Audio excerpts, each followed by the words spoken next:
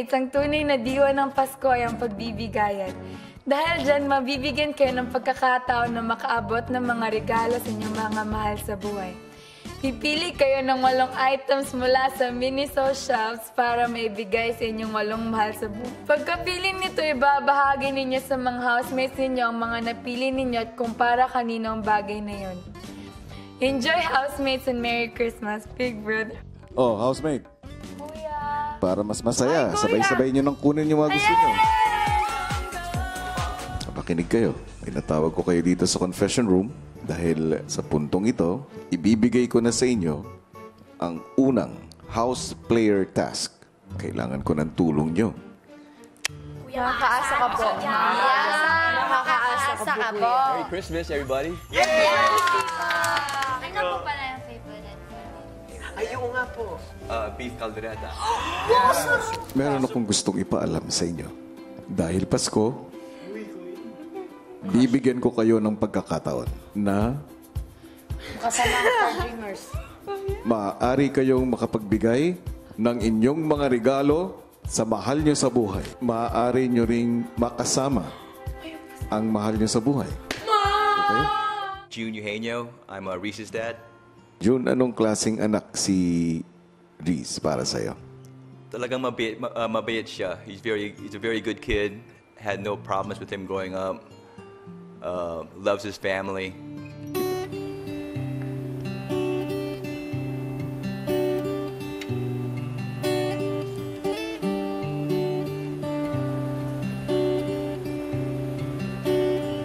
Alam ko na to.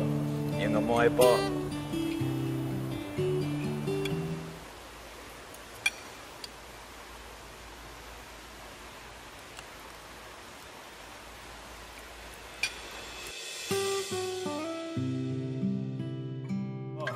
Anong number ang sa tingin mo ang iyong mahal sa buhay?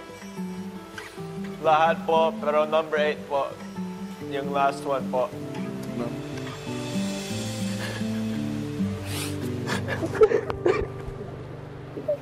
Thank you. And then Kuya asked me, he goes, are you sure you don't want to give anything to your parents? Sabi ko, okay lang sila. Namiss ko na si Ali. Siya po ang tumutulong sa amin po, kuya. Mabait na bata at matulungin po siya. At isa-isa nang sinubuan ng Star Dreamer si Lee ang kanyang paboritong macaroni salad.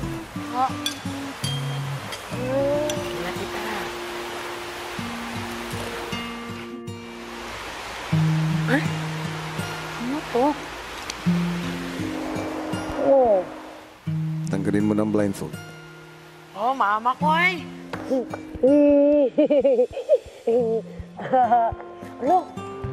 Si mama. Kala ko si Nini. Marga. May lungkot po kuya kasi syempre po namimiss ko po yung anak ko kasi ngayon lang po talaga kami matagal na na malayo siya sa amin po.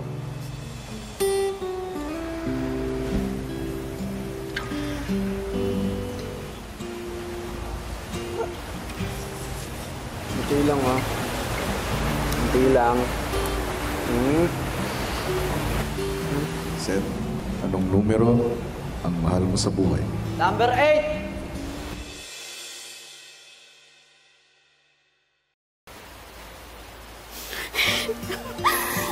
Ano?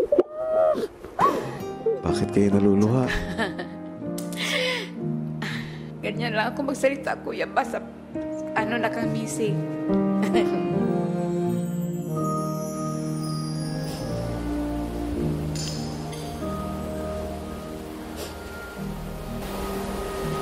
Naka na kayo.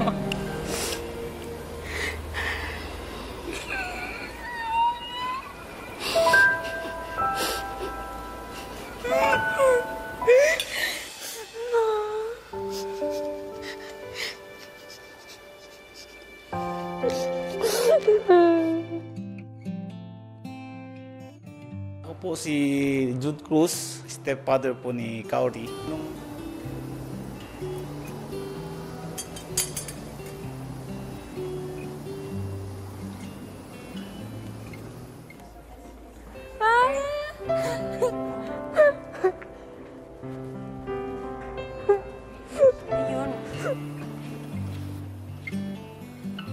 Jilay po kuya, malakas talagang loob niya. Nahilig na siyang kumanta kasi sabi niya kailangan niya na sigurong tulungan kami kasi ang sources namin ngayon is tugtugan, sabi niya. At na...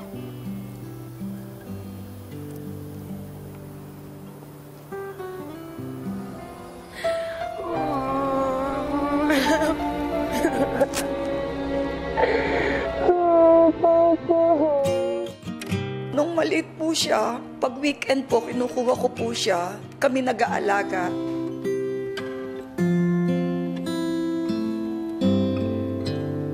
Kamay po.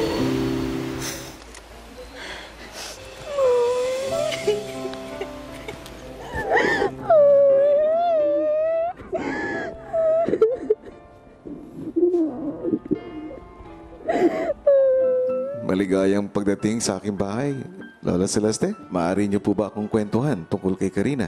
Kung anong klaseng apo po ba siya? Nung nasa akin po siya, mabait naman po siya. Magalang naman po. Ano?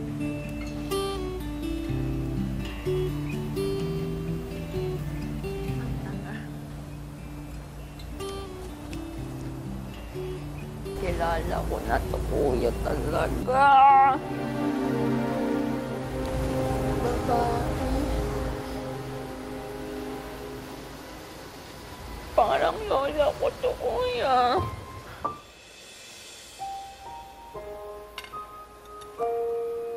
Sabi na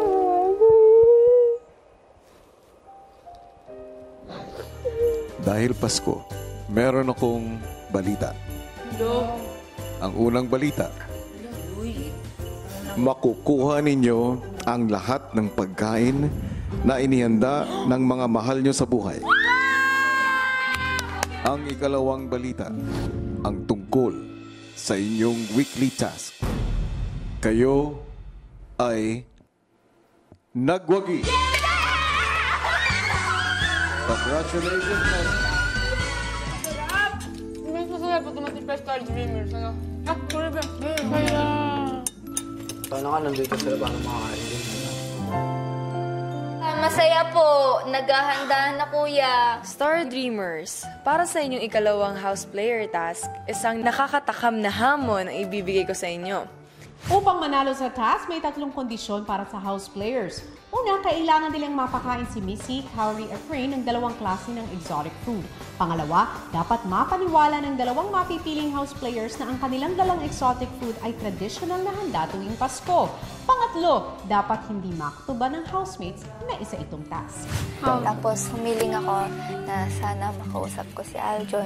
Mamaya, after daw nung feast ng lahat-lahat ng kasiyahan, kakausapin ko lang. Kausapin lang. Maligayang Pasko sa inyong lahat. Merry Christmas!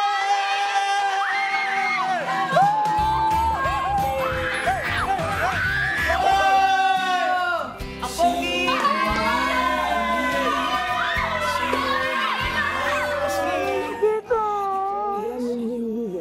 Ba't nagpapahuli ka palagi? Ano? Ano ba stick yan? Bakit parang? Oh, ito na.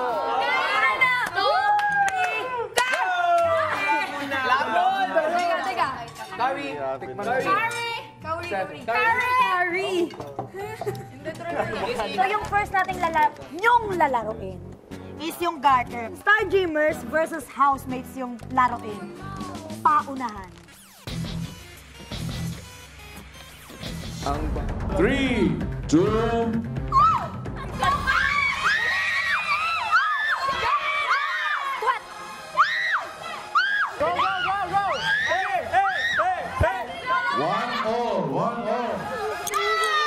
Gab! Pick up one already, Gab!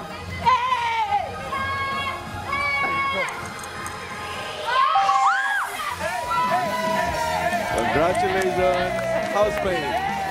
First, manalo po kami, matalo sila. 2 sili po each person. Tapos pag nanalo sila, yun lang po din po kuya. 2 sili po pag nanalo po sila. Each person. Go!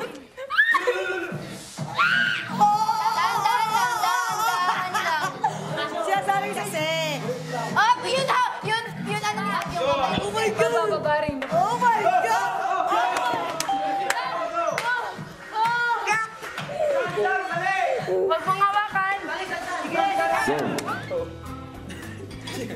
MNL for you.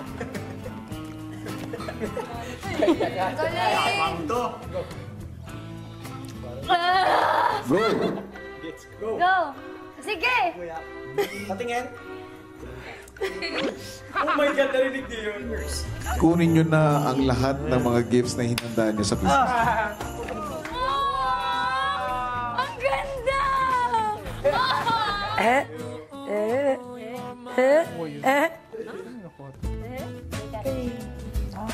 Kay Karina yan.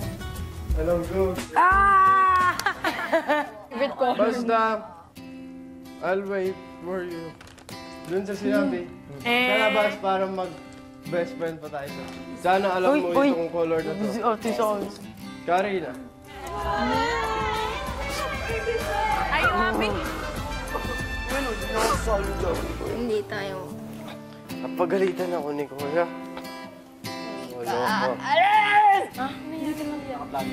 Guys, salamat. Bye! Bye! Nasaan si Aljun? Feeling ko alam mo naman na, di ba? Alam mo naman na, di ba? Gusto kita. Pero ayaw ko din. Ayaw mo. Pero alam kong wala akong kalaban-laban sa 4 years. Siguro. Siyempre, tayo yung magkasama dito. Kaya yun din siguro yung na-feel mo. Mas bumilib ako sa'yo lalo talaga. Hindi ako nasaktan. Proud ako sa'yo talaga. So, Sa trono, congratulations because you're now part of the Big Four.